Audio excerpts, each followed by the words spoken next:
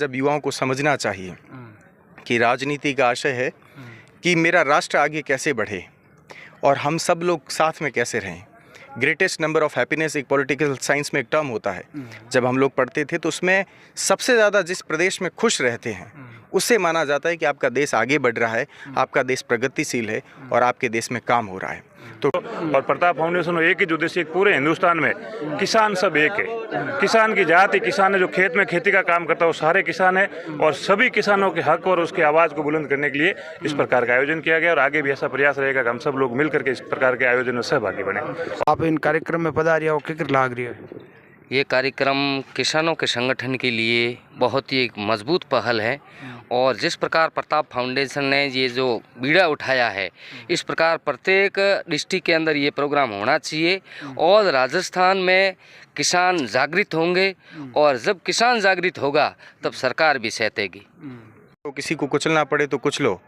और जाति को जाति से, धर्म को धर्म से लड़ा कर भी राजनीति करनी पड़े, और अगर राज में पद मिले तो उस पद पर बैठे रहो, जो कि गलत है। अब वो समय आया है जब युवाओं को समझना चाहिए कि राजनीति का आशय है कि मेरा राष्ट्र आगे कैसे बढ़े और हम सब लोग साथ में कैसे रहें।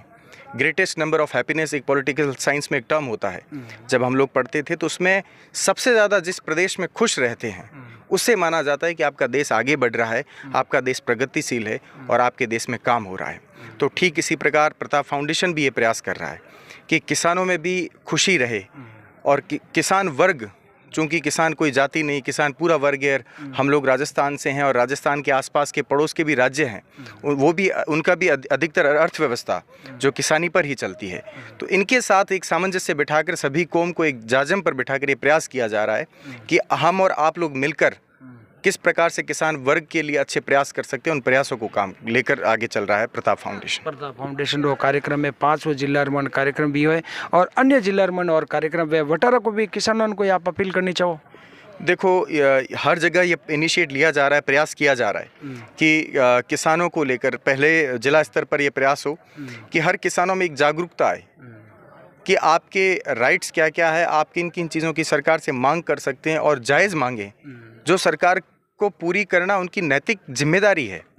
और इसके बाद में चूँकि अगला जिला अभी तक तय हुआ नहीं है, पर ज़िले को लेकर जो भी कार्यकारिणी है वो मीटिंग कर रही है, उनकी जो भी बैठक होगी, और उसके माध्यम से मैं कहना चाहता हूँ कि भविष्य में जितने भी प्रताप फाउंडेशन के अंतर्गत किसान सम्मेलन हो, उसमें आप इस सोच के साथ जाएं कि किसी ने ये प्रयास किया है कि किसानों को एक साथ बिठाया जा सके। इससे मुझे नहीं लगता कि प्रताप फाउंडेशन की ये चाह होगी कि उन्हें कोई बड़ी पहचान चाहिए या ख्याति चाहिए,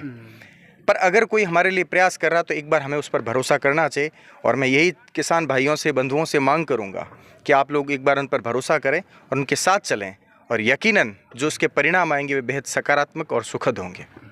देख रहे हो जयनाड़ विश्वविद्यालय वर्तमान रमाने प्रेसिडेंट अरविंद सिंह जी भाटी मारा हाथे हा, और ये प्रताप फाउंडेशन रमाने आप विचार रखे है, और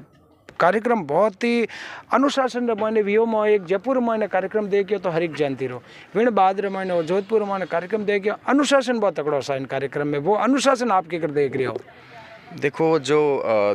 पिछले वर्ष दिसंबर में जो कार्यक्रम हुआ था हिरिक जयंती का, श्री क्षत्रिय युवक संघ का, चूँकि मैं भी क्षत्रिय युवक संघ का स्वयंसेवक हूँ और 2010 से संघ परिवार में आना जाना है और एक जुड़ाव है, और जो सबसे पहली चीज़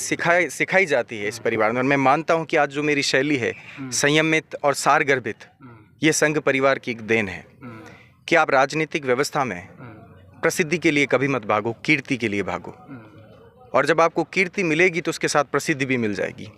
तो बतौर छात्र संघ अध्यक्ष भी जो मेरी जिम्मेदारी है, मैं उसको भी कभी प्रसिद्धि प्राप्त करने के लिए नहीं कर रहा हूँ। मैं चाह रहा हूँ कि मैं ऐसे काम करूँ कि मेरी कीर्ति बढ़े।